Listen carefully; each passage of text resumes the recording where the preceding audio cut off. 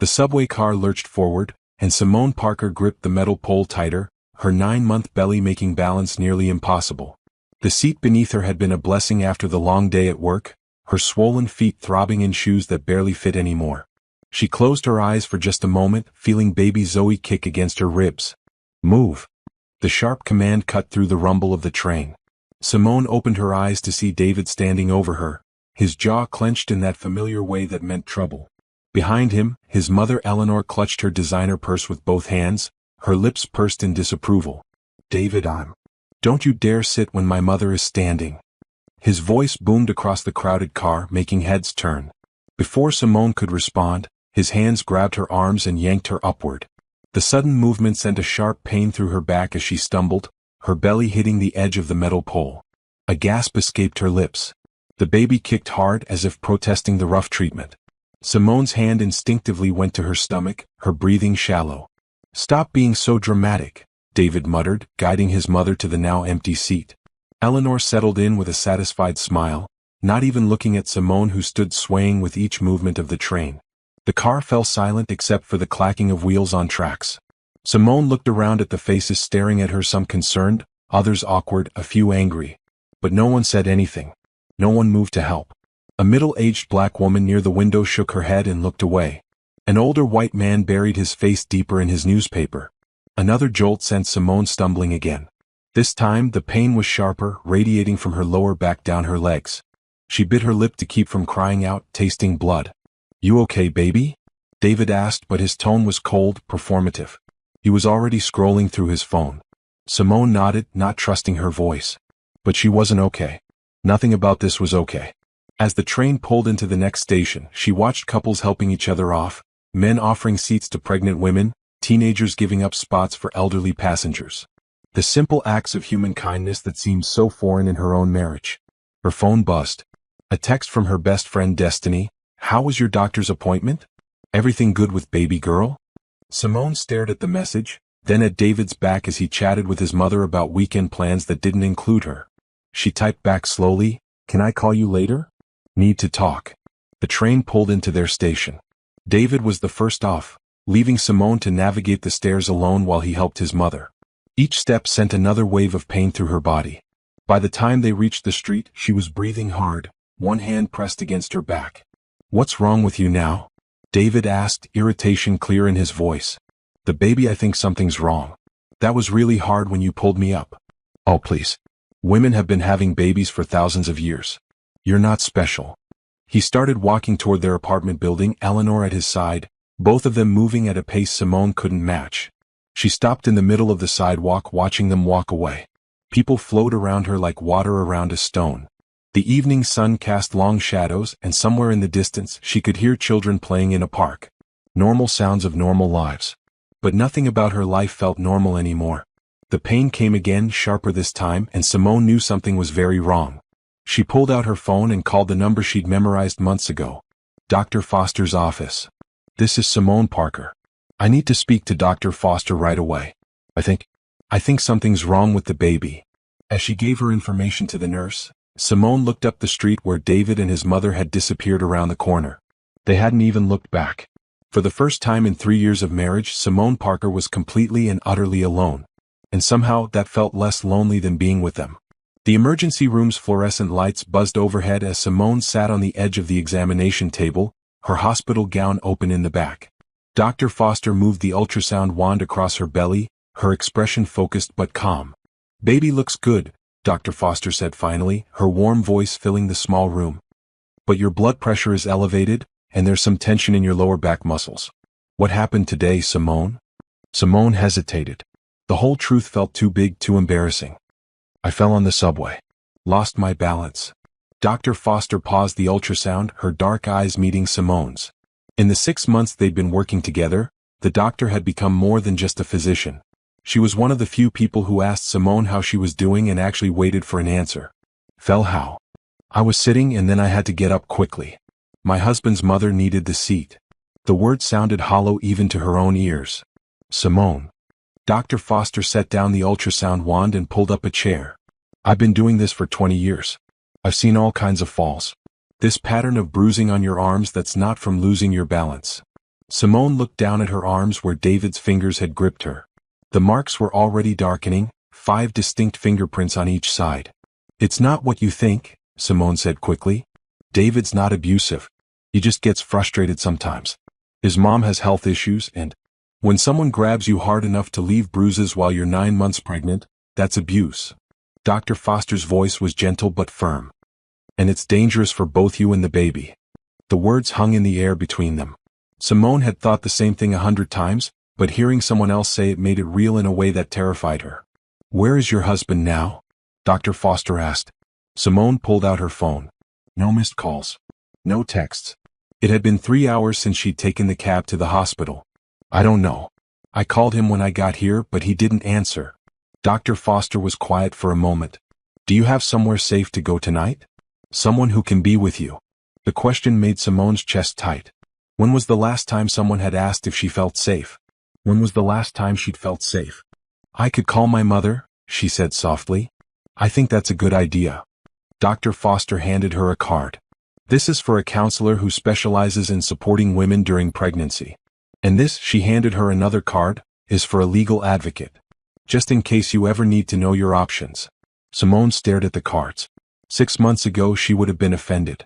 She would have insisted that her marriage was fine, that David loved her, that every couple had problems. But sitting in that sterile room with bruises on her arms and her husband nowhere to be found, she couldn't summon the energy to lie anymore. "The baby's okay?" she asked. "The baby's perfect. Strong heartbeat, good movement. But babies can feel stress hormones from their mothers. The healthier and safer you are, the healthier she'll be." After Dr. Foster left, Simone sat alone in the room for a long time. Through the thin walls, she could hear the sounds of the emergency room, crying babies, urgent conversations, the beep of machines. Life and death and everything in between happening all around her. Finally, she picked up her phone and dialed. "Mama? Simone? Baby, what's wrong? You sound. Can you come get me? I'm at the hospital and I need to come home." There was a pause. Grace Parker had raised 2 daughters mostly on her own after Simone's father died when she was 12. She'd worked double shifts as a nurse to keep food on the table and still managed to make it to every school play, every graduation, every important moment. She was the strongest woman Simone knew. "I'm on my way," Grace said, her voice steady and sure. "Are you hurt? Is the baby?" "We're okay.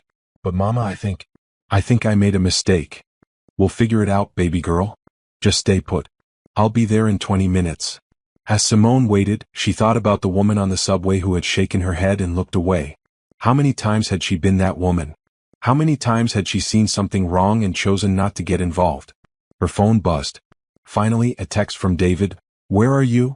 "Mom made dinner." She stared at the message for a long time before typing back. "In the hospital. The baby might have been hurt when you pulled me up on the train." The response came quickly. "Stop being dramatic. Come home." Simone turned off her phone. Through the window, she could see the parking lot where her mother would soon arrive. Grace Parker, who had taught her that love didn't hurt, that respect wasn't earned but given, that she deserved to be treated like the precious thing she was. Maybe it was time to remember those lessons. Grace Parker's sedan pulled up to the emergency room entrance just as the evening shift change began. Simone watched through the window as her mother stepped out of the car, her silver hair caught in the parking lot lights, her face set in the determined expression Simone remembered from childhood. Grace wore her favorite purple cardigan, the one she'd had for 15 years because it was perfectly good and waste not, want not. When she walked through the automatic doors, Grace moved with the purposeful stride of someone who'd spent decades navigating hospital corridors. She found Simone's room without asking for directions. "There's my girl," Grace said softly, opening her arms. Simone fell into her mother's embrace, and for the first time all day she felt safe. Grace smelled like the lavender lotion she'd used for as long as Simone could remember, and her arms were as strong as they'd been when Simone was 7 and had nightmares. "Let me see you," Grace said, pulling back to study her daughter's face. Her eyes immediately went to the finger-shaped bruises on Simone's arms. Her expression hardened. "Who did this to you?" "Mama." "Don't you mama me? I've seen these marks before. 25 years of nursing taught me what hands do to bodies." Grace's voice was quiet, but there was steel underneath. "Was it him?" Simone nodded, unable to speak around the tightness in her throat. Grace was silent for a long moment. Then she said, "Get your things. You're coming home with me. But David will." "David will what?"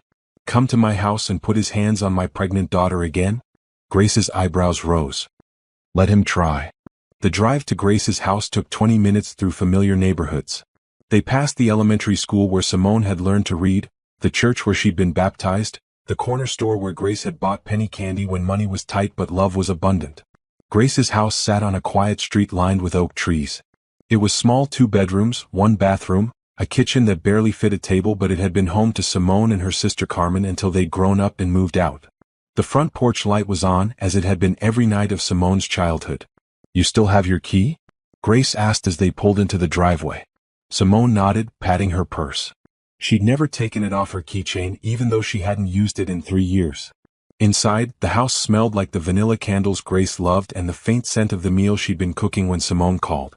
Everything was exactly as Simone remembered, the family photos covering every surface, the couch with throw pillows Grace changed with the seasons, the bookshelf full of romance novels and medical textbooks. Sit, Grace commanded, pointing to the kitchen table. I'll make tea. As Grace bustled around the small kitchen, Simone looked at the wall where her high school graduation photo still hung next to Carmen's college diploma and a picture of their father in his army uniform. Happy memories lived in this house. Safety lived here. Grace set a steaming mug in front of her. Now tell me everything. So Simone did.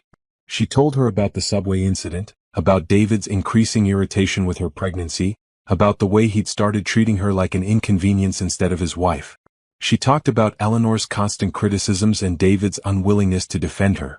She explained how small she'd started to feel, how she'd begun to question her own reactions, her own worth. Grace listened without interrupting, her face growing more grim with each detail. How long has this been going on? Grace asked when Simone finished. It got worse when I got pregnant. But looking back. Simone traced the rim of her mug. I think it was always there. I just made excuses for it. Baby girl, listen to me. Grace reached across the table and took Simone's hands. This is not your fault. Not any of it. And you don't have to go back. But the baby needs a father. The baby needs parents who love and protect her. Not a father who hurts her mother. Grace's grip tightened. I raised you and Carmen without your daddy, God rest his soul, but he was taken from us. He didn't choose to leave. There's a difference between a man who can't be there and a man who chooses to be harmful. Simone felt tears coming. I thought marriage was supposed to be different. I thought I was supposed to make it work no matter what. Marriage is a partnership, not a prison sentence. Your daddy treated me like a queen right up until the day he died. He never raised his voice to me, never put his hands on me in anger, never made me feel small. Grace's voice softened. That's what love looks like, baby. What you're describing isn't love. They sat in comfortable silence for a while. Outside, the neighborhood was settling into evening routines, porch lights coming on, families gathering for dinner, children being called inside. Normal life continuing its normal rhythm. Can I stay here tonight? Simone asked. You can stay here as long as you need, Grace replied. This is your home. It always has been. Simone's phone had been buzzing periodically throughout their conversation. Finally, Grace nodded toward it. You should probably read those. There were 12 missed calls from David and 6 text messages. Where are you? This is ridiculous. Mom is worried. Come home now. You're being selfish. Don't make me come looking for you. The progression from annoyance to anger to threat was clear. Simone showed the messages to her mother. Grace read them twice, then stood up and walked to the kitchen drawer where she kept important papers. She pulled out a business card and handed it to Simone. This is Carmen's friend Destiny. She's a lawyer now. Specializes in family law. Grace's expression was serious. I think you need to call her tomorrow.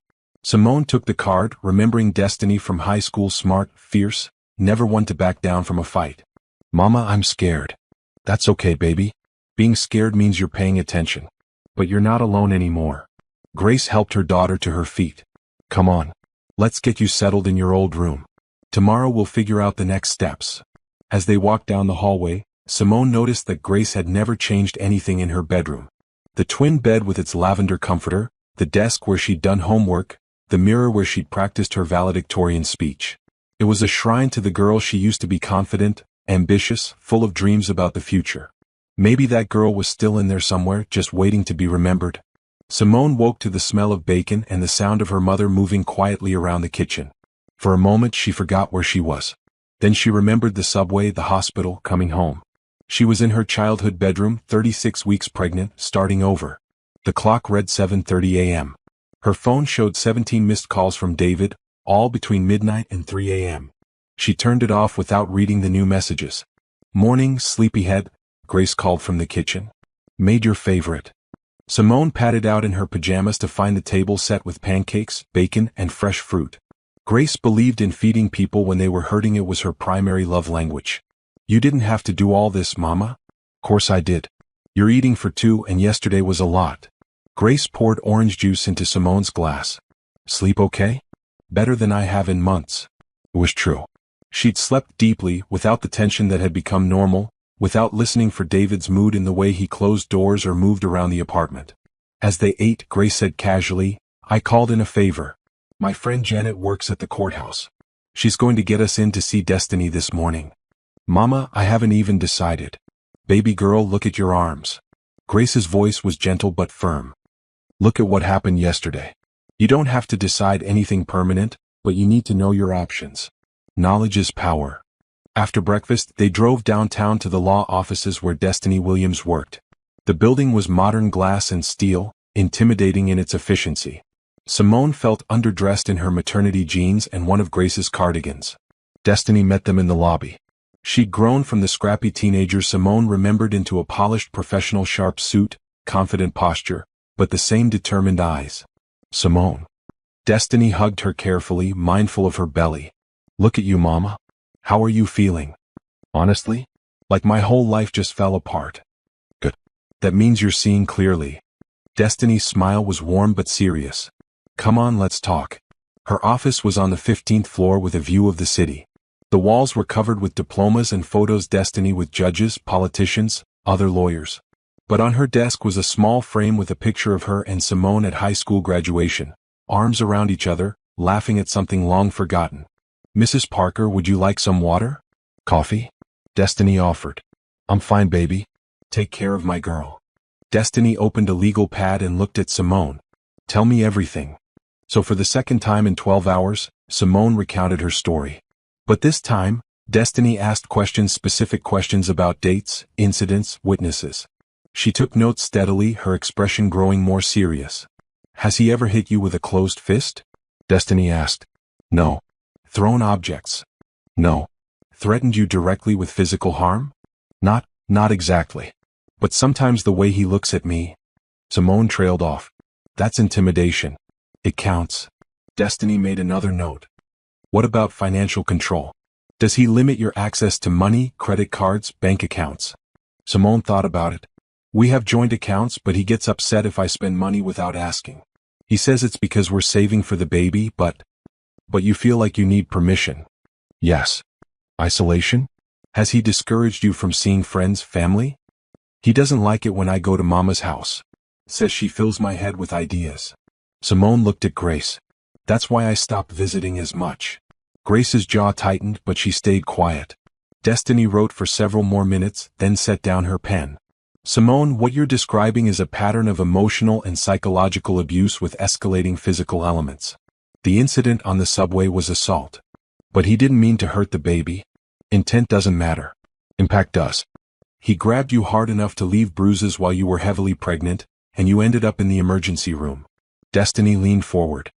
"This is only going to get worse after the baby comes. Abusers often escalate when they feel their control slipping." The words hung in the air like a diagnosis. Simone had known, somewhere deep down, but hearing it said so clearly by someone she trusted made it undeniable. "What are my options?" she asked quietly. "Several. You can file for a protective order, which would legally require him to stay away from you. You can file for divorce. You can pursue criminal charges for assault. Or you can do a combination of these things." "What about the baby? Won't she need her father?" Destiny's expression softened. "A father who models healthy relationships is a gift. A father who shows a daughter that men can hurt women and face no consequences? That's not a gift. That's a burden she'll carry her whole life." Grace reached over and squeezed Simone's hand. "I need time to think," Simone said. "Of course. But Simone, time isn't unlimited. You're due in a month. It's easier to establish these protections before the baby comes than after." Destiny handed her a folder. "These are your options, spelled out clearly. My direct number is on top. Call me day or night. As they prepared to leave, Destiny walked them to the elevator. One more thing. Don't underestimate his reaction when he realizes you're serious about leaving. Men like David don't give up control easily. Make sure you're somewhere safe. In the elevator, Grace was quiet until they reached the parking garage. Then she said, "That girl knows what she's talking about." "I know. Your daddy would have liked her. He always said Simone Parker was too smart to be anybody's fool for long." Simone smiled for the first time all day. "Daddy said that?" "All the time. He said you had a good head on your shoulders and a strong heart. He said those things together would see you through anything." As they drove home, Simone thought about her father, how he'd read her bedtime stories, helped with homework, taught her to change a tire and balance a checkbook. How he'd told her she could be anything she wanted to be and meant it. How he'd never once made her feel small or afraid or less than. She pulled out her phone and scrolled through David's messages. The tone had shifted overnight from angry to manipulative. "I'm worried about you. Please come home. I love you. We can work this out. The baby needs both of us. I'm sorry if I upset you yesterday." If he upset her. As if her pain was just an oversensitive reaction to normal behavior. Simone deleted the messages without responding and looked out the window at the city passing by. Somewhere out there, other women were making the same choice she was facing. Some would go back. Some would stay. Some would find the strength to choose themselves and their children. She thought about baby Zoe growing inside her, depending on her to make the right choices. What kind of world did she want to bring her daughter into? What kind of mother did she want to be? The answer, when it came, was clear and sure. The kind who chose love over fear, safety over convenience, truth over false peace. She pulled out Destiny's card and programmed the number into her phone. David showed up at Grace's house on Thursday morning, just as Simone was finishing a bowl of oatmeal. She heard his car door slam and looked out the kitchen window to see him striding up the front walk, his face set in the controlled anger she knew too well. "He's here," she told Grace, who was washing dishes at the sink. Grace dried her hands deliberately and walked to the front door. She opened it before David could knock. "Good morning, David." "Where is she?" His voice was tight. "Where's my wife?" "Simone is exactly where she needs to be." Grace didn't step aside or invite him in. "This is ridiculous. She's being dramatic about nothing. We had a little argument on the subway, and now she's acting like I beat her or something." From the kitchen, Simone heard every word. The dismissal, the minimizing, the way he made her seem unreasonable. 6 months ago she might have believed him. Today she stood up and walked to the living room where she could see the front door. "I want to talk to my wife," David said, catching sight of her. "Then talk," Grace replied, still blocking the doorway.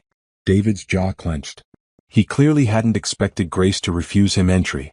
In his world, men got what they wanted when they demanded it loudly enough. "Simone, this is insane. You belong at home with me. We're having a baby in a few weeks." "A baby you endangered by grabbing me on the subway," Simone said, surprised by the steadiness of her own voice. "I didn't endanger anyone. You're being overdramatic, just like always." He took a step closer to the door, but Grace didn't move. "Come home. Now." "No." The word hung in the air between them. Simple, clear, final. David's face flushed red. "What do you mean no? You're my wife. You don't get to just run away because you're having some kind of hormonal breakdown." "I'm not having a breakdown. I'm having clarity." "This is your mother's influence, isn't it?" David turned his anger toward Grace. "You've been poisoning her against me since day one." Grace's voice was deadly calm. "Son, I don't need to poison anybody against you. Your behavior speaks plenty loud all by itself. You have no idea what you're talking about, old woman. This is between me and my wife." The disrespect in his tone made Simone's blood boil. "Don't talk to my mother that way. I'll talk to her however I want. She's interfering in my marriage. She's protecting her daughter. Something you should have been doing instead of hurting me." David's laugh was bitter. "Hurting you? Give me a break. I've given you everything: a house, a wedding, financial security. And this is how you repay me? By running to mommy the first time we have a disagreement. You left bruises on my arms, David, while I was pregnant. That's not a disagreement. That's assault. Those are not bruises. You bruise if someone looks at you wrong." "I have pictures," Simone interrupted. "I took pictures at the hospital." David went very still. The shift in his demeanor was immediate and unsettling, from bombastic anger to cold calculation. "You what?" "Dr. Foster documented everything. The hospital has records. I have evidence of what you did. You little, David caught himself, but the mask had slipped. For just a moment, Simone saw the real rage underneath his controlled facade. Grace stepped forward slightly. I think you should leave now. I'm not going anywhere without my wife. Yes, you are. Grace's voice carried the authority of someone who'd spent decades defusing volatile situations in hospital emergency rooms. You're going to walk back to your car and drive away. And you're not going to come back here unless you're invited. You can't keep me from my wife. I'm not keeping him from me, Simone said. I'm keeping me from him. There's a difference. David stared at her for a long moment. Then he said, You'll come back. You always do. You don't have the backbone to make it on your own. The cruelty in his words was designed to hurt, to make her doubt herself. A month ago it might have worked. Today, with her mother beside her and her daughter moving in her belly, it just made her angry. Watch me, she said. David turned and walked back to his car without another word. But as he drove away, Simone noticed he didn't head toward their apartment. He turned in the direction of his mother's house. He's going to get Eleanor, she told Grace. Let him. That woman's bark is worse than her bite. Grace closed and locked the front door. How do you feel? Simone considered the question. Strong. Scared. But mostly strong. Good. Because that was just round one. An hour later, Simone's phone rang. Eleanor's name appeared on the screen. Don't answer it, Grace advised. But Simone picked up. She needed to hear what David's mother would say when she thought she had Simone alone. Simone, dear, what is this nonsense David is telling me? Something about you leaving him? Eleanor's voice had the sugary fake sweetness she used when she wanted something. It's not nonsense, Mrs. Parker. I left. Well, that's just silly. Marriage is work, dear. You can't just run away every time things get difficult. Difficult? He hurt me, Mrs. Parker. While I was pregnant with your grandchild. Oh, you're being overly sensitive. David would never hurt you. He's just under a lot of stress with the baby coming and his job, and so it's my fault? I'm just saying that wives need to be understanding. Supportive. You knew David had a temper when you married him. The words hit Simone like a physical blow. Eleanor was acknowledging that David had a temper, while simultaneously blaming Simone for not managing it better. I'm done being understanding about abuse, Mrs. Parker. Abuse? Eleanor's laugh was sharp. Don't be ridiculous. You don't know what real abuse looks like. In my day, women didn't go running to their mothers every time their husbands raised their voices. In your day, women didn't have choices. I do. The silence on the other end stretched long enough that Simone wondered if Eleanor had hung up. Finally, the older woman said, If you don't come home, David will find someone who appreciates him. Someone who won't abandon him when he needs her most. The threat was clear. Simone almost laughed. Mrs. Parker, if David wants to find someone else, he's welcome to. I hope she's stronger than I was. I hope she leaves sooner. After she hung up, Grace looked at her with pride. Your daddy would be so proud of you right now. You think so? I know so. Takes courage to choose the hard right over the easy wrong. That afternoon, Simone called Destiny and made an appointment for the following Monday. It was time to stop reacting and start planning.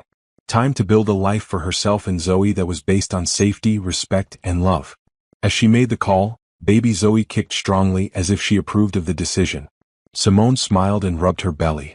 Don't worry, little girl. Mama's got this. Over the weekend, Grace transformed into what Simone privately called General Mama, organizing, planning, and preparing for battle with the efficiency of someone who'd spent decades managing medical emergencies. First things first, Grace announced over Saturday breakfast. We need to get your important documents. Birth certificate, social security card, passport, medical records, insurance information. They're all at the apartment. Then we go get them. But not alone. Grace picked up her phone. I'm calling your cousin Marcus. He's big enough to make David think twice about starting something. Simone felt a flutter of anxiety. What if David's there? Then Marcus handles David and we get your things. You have a right to your personal belongings. Marcus arrived an hour later, 6'4" and built like the former college football player he was. He hugged Simone gently and shook his head when he saw the fading bruises on her arms. About time you left his sorry behind, he said bluntly. Should have done it years ago. The drive to Simone and David's apartment felt surreal. She'd lived there for 3 years, but sitting in the passenger seat of Marcus's truck, it felt like visiting someone else's life. David's car wasn't in the parking lot, but Eleanor's was. Course she's here, Grace muttered. Probably going through your things like a vulture. They climbed the stairs to the second-floor apartment. Simone's key still worked, but when she opened the door, Eleanor was standing in the living room like she owned the place. "What are you doing here?" Eleanor demanded. "Getting my things," Simone replied calmly. "This is still my home until I say otherwise. David said you weren't coming back." "David doesn't speak for me." Eleanor looked at Marcus, clearly calculating whether she wanted to escalate the situation with a man twice her size present. She chose discretion. Simone moved quickly through the apartment, gathering documents from the filing cabinet, clothes from the bedroom, and personal items that mattered to her. It was strange how little she actually wanted to take. Most of the furniture had been David's before they married. Most of the decorations reflected his taste, not hers. The apartment had never really felt like home. In the bedroom she found something that made her stomach turn. David had moved his things into the center of the closet, spreading out to fill the space she'd vacated. As if he'd already erased her presence. "You ready, honey?" Grace called from the hallway. Simone took one last look around the bedroom where she'd spent 3 years trying to be happy. Then she grabbed the last few items and walked out without looking back. On Sunday, Grace drove her to a different church than the one they'd attended when Simone was growing up. This congregation was smaller, more diverse, and the pastor was a woman about Grace's age with silver hair and knowing eyes. "Simone." Pastor Janet embraced her warmly after the service. "Your mama told me what you've been going through. How are you holding up?" "Taking it one day at a time," Simone replied. "That's all any of us can do. But I want you to know you have a community here. People who will support you and that baby." As if summoned by her words, 3 women appeared at Pastor Janet's side. They introduced themselves as Denise, Carol, and Tammy, all members of the church's Young Mothers group. "We heard you might need some baby items," Denise said. "We've all been where you are in different ways. We look out for each other." By the time they left church, Simone's phone was full of new contacts and her heart was full of something she hadn't felt in years: belonging. That evening, while Grace cooked dinner, Simone sat on the front porch and called her sister Carmen in Atlanta. "It's about damn time," Carmen said when Simone finished explaining everything. "I've been worried about you for months. Every time we talked, you sounded smaller. I felt smaller. But you're not. You're the girl who gave the valedictorian speech about never accepting less than you deserve. Remember that?" Simone smiled. "I'd forgotten." "Well, I didn't. And I'm proud of you for remembering who you are." Carmen paused. "You need money? I can wire you some tomorrow." "I'm okay for now. Mama's taking care of everything." "Course she is. That's what mama bears do." Monday morning, Simone sat across from Destiny in her office, signing papers that would change her life forever. "The protective order will be served to David this afternoon," Destiny explained. "He's legally prohibited from contacting you directly, coming to your mother's house or your workplace. If he violates it, he goes to jail." "What about the baby? When she's born?" "We'll address custody as part of the divorce proceedings. Given the documented abuse, I'm confident we can establish supervised visitation at minimum." Destiny looked up from the papers. "How are you feeling about all this?" "Terrified. Relieved. Guilty. Proud." Simone laughed shakily. "All at the same time. That's normal. You're grieving the marriage you thought you had while protecting the life you're building. It's complicated." As they wrapped up the meeting, Destiny said, "One more thing. I know this is overwhelming, but I want you to document everything going forward. Any attempts at contact, any interactions with mutual friends, anything that seems off. Abusers often try indirect manipulation when direct contact is cut off." Walking out of the law office, Simone felt lighter than she had in months. The morning sun was bright, the city was bustling with life, and for the first time in years she felt like she was exactly where she was supposed to be. Her phone buzzed with a text from an unknown number. "You'll regret this." Simone screenshot the message and forwarded it to Destiny immediately. Then she blocked the number and kept walking. She was done being afraid. The protective order was served to David on Monday afternoon while he was at work. By Tuesday morning, Simone knew he'd received it because her phone started ringing with calls from numbers she didn't recognize. "Don't answer any of them," Destiny advised when Simone called her. "He's probably using his friends' phones to try to get around the order. Every call is a violation if it's him." But the calls weren't from David. The first one was from his coworker Jake, who'd been to their apartment for barbecues and game nights. "Simone? Hey, it's Jake from David's office. Man, I can't believe this is happening. David's really torn up. He says you won't even talk to him." "Jake, I can't discuss this with you. Come on, we've been friends for years. You know David's a good guy. He loves you. Whatever happened, I'm sure you two can work it out. The assumption that she was being unreasonable stung, but Simone kept her voice level. Jake, David and I are getting divorced. Please don't call me about this again. She hung up, but the calls kept coming. David's golf buddy. His cousin. His mother's neighbor. Each person with the same message. David was devastated. Surely this was a misunderstanding. Couldn't she just talk to him? By Wednesday, Simone realized David was orchestrating a campaign. He was telling everyone a version of events that painted him as the victim and her as an irrational pregnant woman having some kind of breakdown. It's called a flying monkey attack, Destiny explained when Simone described the pattern.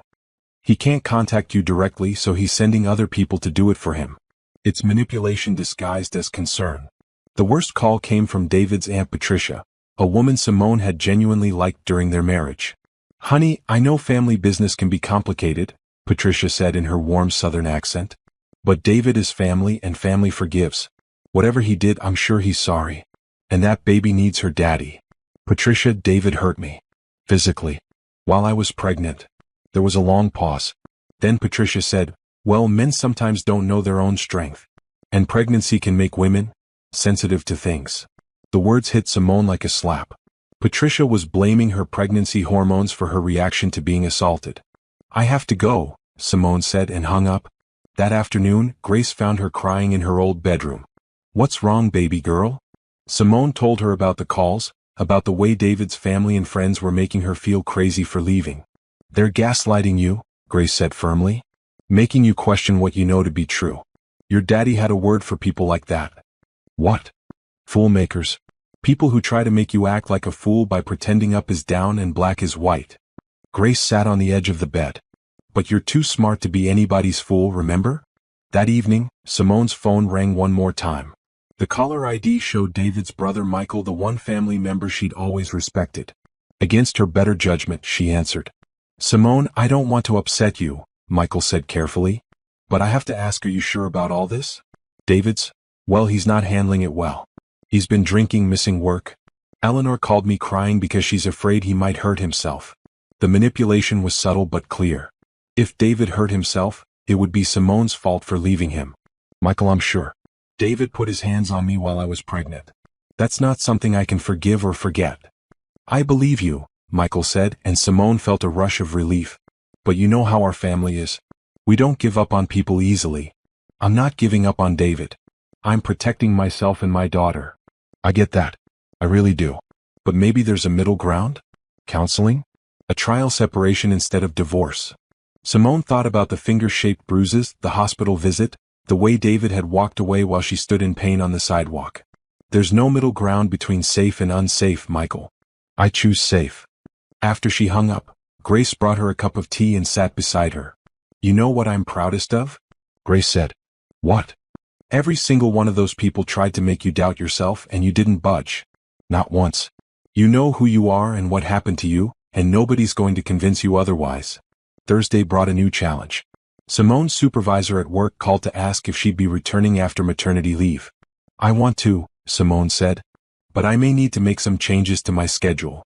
What kind of changes? Simone hesitated. She hadn't told anyone at work about the divorce or the protective order. But her supervisor was a woman about her own age who'd always been supportive. I'm going through a divorce. My soon-to-be ex-husband can't know my schedule or whereabouts. For safety reasons. There was a pause. Then her supervisor said, okay, let's figure out how to make that work. Can you come in Friday? We'll set up a meeting with HR to discuss your options. By Friday, Simone had made it through the hardest week of her adult life. She'd stood firm against pressure from every direction, protected her boundaries, and refused to let anyone make her question her decision. As she sat in Grace's kitchen that evening, eating the pot roast her mother had made to celebrate, Simone felt something she hadn't experienced in years. Pride in herself. Her phone buzzed with a text from Destiny. Heard through the grapevine that David's been telling people you're coming back. Just wanted you to know that's wishful thinking on his part. You're doing great. Simone typed back, not going anywhere except forward. And for the first time since this all began, she meant it completely. At 38 weeks pregnant, Simone woke up to contractions that felt different from the practice ones she'd been having for weeks. These were stronger, more regular, and accompanied by a low backache that made her sit up and pay attention. Mama, she called from her bedroom. I think it's time. Grace appeared in the doorway with the efficiency of someone who'd been waiting for this moment. She was already dressed, her hospital bag packed and ready by the front door. How far apart are they? Grace asked, pulling out her phone to start timing. Maybe 5 minutes? They woke me up about an hour ago. Let's get you in the shower while we can. I'll call Dr. Foster. By the time they arrived at the hospital, Simone's contractions were 3 minutes apart and strong enough to make her pause and breathe through them. Grace handled the admission paperwork while Simone was taken to a labor and delivery room. Dr. Foster arrived an hour later, her calm presence immediately reassuring. How are we doing, Mama? She asked, checking Simone's progress. Ready to meet this baby, Simone replied, gripping Grace's hand through another contraction. Good news, you're at 6 centimeters. Baby should be here in the next few hours. As her labor progressed, Simone found herself thinking about the journey that had brought her to this moment. 6 weeks ago, she'd been trapped in a marriage that was slowly destroying her. Now she was about to become a mother on her own terms, surrounded by people who loved and supported her. The contractions were intense, but Simone felt stronger than she ever had in her life. She was bringing her daughter into a world where she would be safe, cherished, and taught that she deserved nothing less than respect and love. I can see the head, Dr. Foster announced during the final push. One more, Simone. Bring your baby home. Zoe Parker entered the world at 3:47 p.m. on a sunny Thursday afternoon, screaming lustily and waving tiny fists in indignation at being evicted from her comfortable home.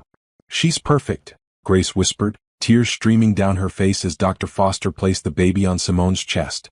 Simone looked down at her daughter, all 7 pounds, 2 ounces of her, and felt her heart expand in ways she didn't know were possible. Zoe had Grace's determined chin and what looked like it might be Simone's nose. Her skin was the beautiful golden brown that ran in their family, and her dark hair stuck up in little spikes. Hello, beautiful girl, Simone whispered. I'm your mama, and I am going to love you so much. The next hour passed in a blur of measurements, paperwork, and the quiet wonder of getting to know her daughter. Zoe was healthy and alert, nursing easily and already showing signs of the strong personality Simone suspected she'd inherited. Grace called Carmen, who immediately booked a flight from Atlanta. Pastor Janet stopped by with flowers from the church congregation. Destiny arrived with balloons and a teddy bear, staying just long enough to meet Zoe and make sure Simone was okay. Any word from David? Destiny asked quietly while Grace held the baby. Nothing. His phone's been going straight to voicemail for 3 days. That's unusual. I'll make some calls. As evening approached, a nurse came in to help Simone with the birth certificate paperwork. Father's name? The nurse asked, pen poised. Simone hesitated. Legally, David was Zoe's father. But after everything that had happened, she wasn't sure she wanted his name on the document that would define her daughter's identity. Can I leave that blank for now? She asked. Sure. You have up to a year to amend it if needed. That night, as Simone held Zoe in the quiet hospital room, she made promises to her daughter. She promised to be the kind of mother who protected instead of exposed, who chose love over fear, who taught by example that strength came from knowing your worth. You're going to have such a good life, little girl, she whispered. You're going to know what it feels like to be safe and cherished every single day. The next morning brought an unexpected visitor. Simone looked up from nursing Zoe to see Michael, David's brother, standing uncertainly in the doorway with flowers. Is it okay if I come in? He asked. Grace, who was dozing in the recliner, woke up immediately. What do you want, Michael? I just wanted to see the baby. And to talk to Simone for a minute. Simone studied his face. Michael had always been different from the rest of David's family, quieter, more thoughtful, less prone to drama. Come in, she said. But make it quick. She's tired. Michael approached carefully, his eyes widening when he saw Zoe. She's beautiful, Simone. Really beautiful. Thank you. He was quiet for a moment, just looking at the baby. Then he said, David doesn't know I'm here. Where is David? His phone's been off. Michael's face darkened. He's been staying with Mom, drinking too much, feeling sorry for himself. Yesterday he said some things, threatening things about coming to see the baby whether you wanted him to or not. Simone felt a chill run through her. What kind of threatening things? He said you couldn't keep his daughter from him. That he had rights. That he'd find a way to make you pay for embarrassing him. Michael met her eyes. Simone, I think you should be extra careful for a while. Maybe stay somewhere he can't find you. Grace stood up, her protective instincts fully activated. That boy better not even think about. He won't get near them, Michael interrupted. I made sure of that. What do you mean? Simone asked. I called his job yesterday. Told them about the protective order and the drinking. They put him on unpaid leave pending an investigation. Michael's jaw was tight. And I told Mom that if she didn't get him some help, I'd call the police myself next time he made threats. Simone felt a wave of gratitude toward this man who was choosing to do the right thing despite the family pressure he must be facing. Thank you, she said simply. That little girl deserves better than what David's offering right now. Maybe someday he'll get his act together, but until then. Michael shrugged. She's lucky to have you as her mama. After he left, Grace called Destiny to update her on David's threats. Within an hour, extra security had been arranged for Simone's hospital room. But as Simone held Zoe and watched her sleep, she wasn't afraid. She was determined. David could threaten and manipulate and feel sorry for himself all he wanted. It wouldn't change the fact that she and Zoe were building a life based on love, not fear. 2 days later, they went home to Grace's house, where a bassinet waited in Simone's room and meals filled the refrigerator thanks to the church ladies. Zoe settled into the rhythm of newborn life, eating, sleeping, and being adored by her mother and grandmother. On Sunday evening, as Grace held Zoe and Simone finally had a chance to shower and put on clean clothes, she looked in the bathroom mirror and was surprised by what she saw. The woman looking back at her was tired but radiant. Her eyes were clear and bright in a way they hadn't been in years. She looked like someone who knew her own worth, someone who was exactly where she belonged. She looked like herself again. 3 weeks after Zoe's birth, Simone established a routine that felt like the beginning of a real life. Mornings started with feeding Zoe while Grace made coffee and shared the local news. Afternoons were for walks around the neighborhood, introducing her daughter to the tree-lined streets where Simone had grown up. Evenings were for family dinners and the quiet contentment of watching Zoe sleep in her bassinet. The divorce proceedings moved forward steadily. David, through his attorney, demanded joint custody and visitation rights. Destiny countered with a proposal for supervised visits only, citing the protective order and documented abuse. He's fighting it, Destiny reported during their weekly phone call. Claims the subway incident was an accident and that you're being vindictive by keeping him from the baby. What are our chances? Good. Very good. The hospital records are compelling, and his recent behavior, the threats Michael told us about, the drinking, the job situation all support our case for supervised visitation only.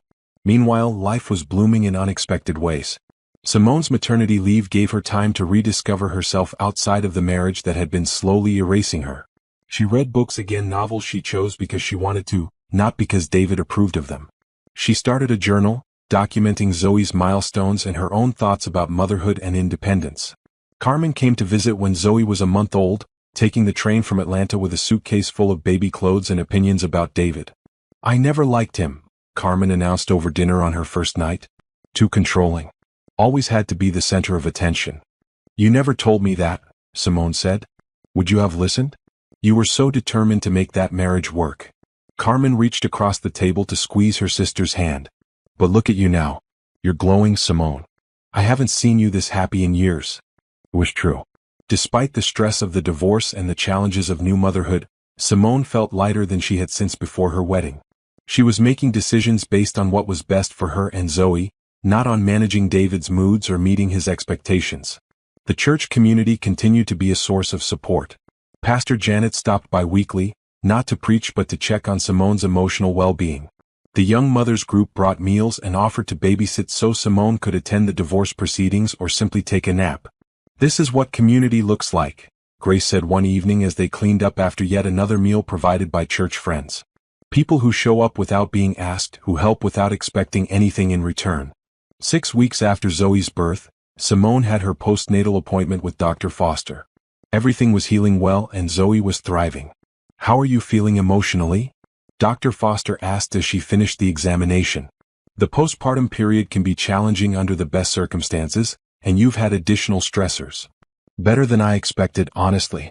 Tired but good tired. Like I'm working towards something instead of just surviving. Dr. Foster smiled. That's a healthy distinction. And you have good support? The best. My mom, my sister, my church, my lawyer, it's like having a whole team behind me. That's wonderful. And David? Any contact? None. His lawyer talks to my lawyer, but we haven't spoken directly since I left. Simone paused.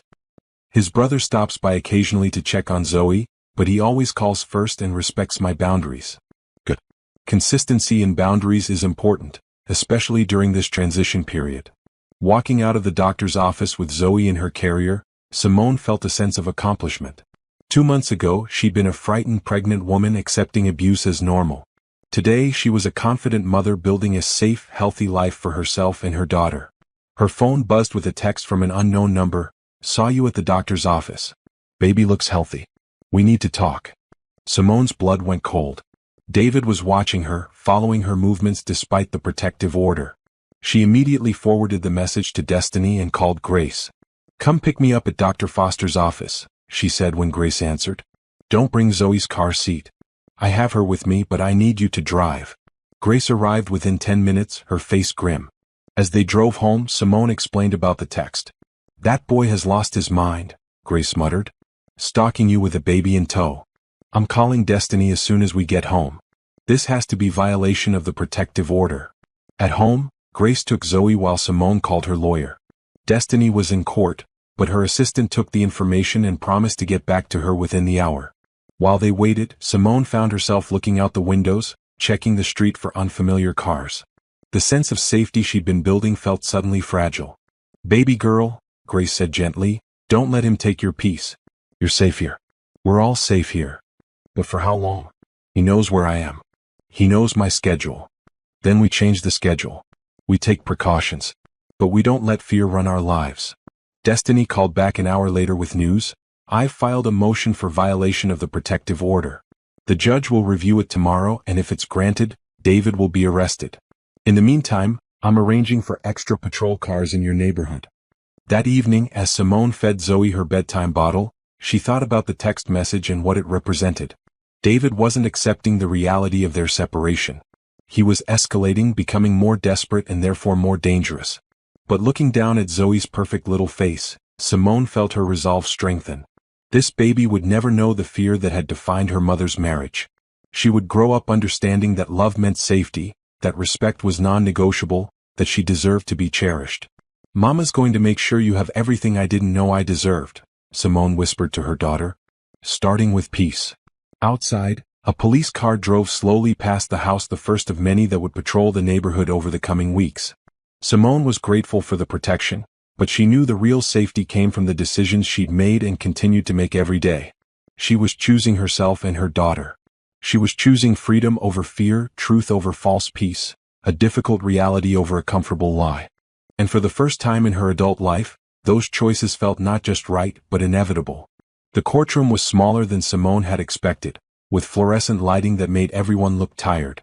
She sat at the plaintiff's table next to Destiny, wearing the navy blue dress her mother had insisted was serious but not severe. In her arms, 3-month-old Zoe slept peacefully, oblivious to the proceedings that would determine her future. Across the aisle, David sat with his attorney, looking thinner than Simone remembered. His hair was unkempt, his suit wrinkled, and when he looked at her, she saw desperation where there used to be confidence.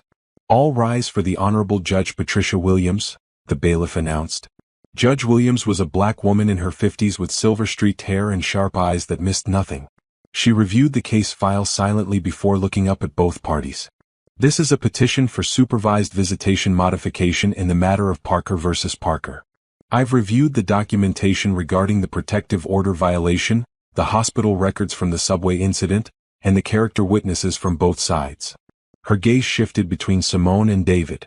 "This court's primary concern is the best interest of the child."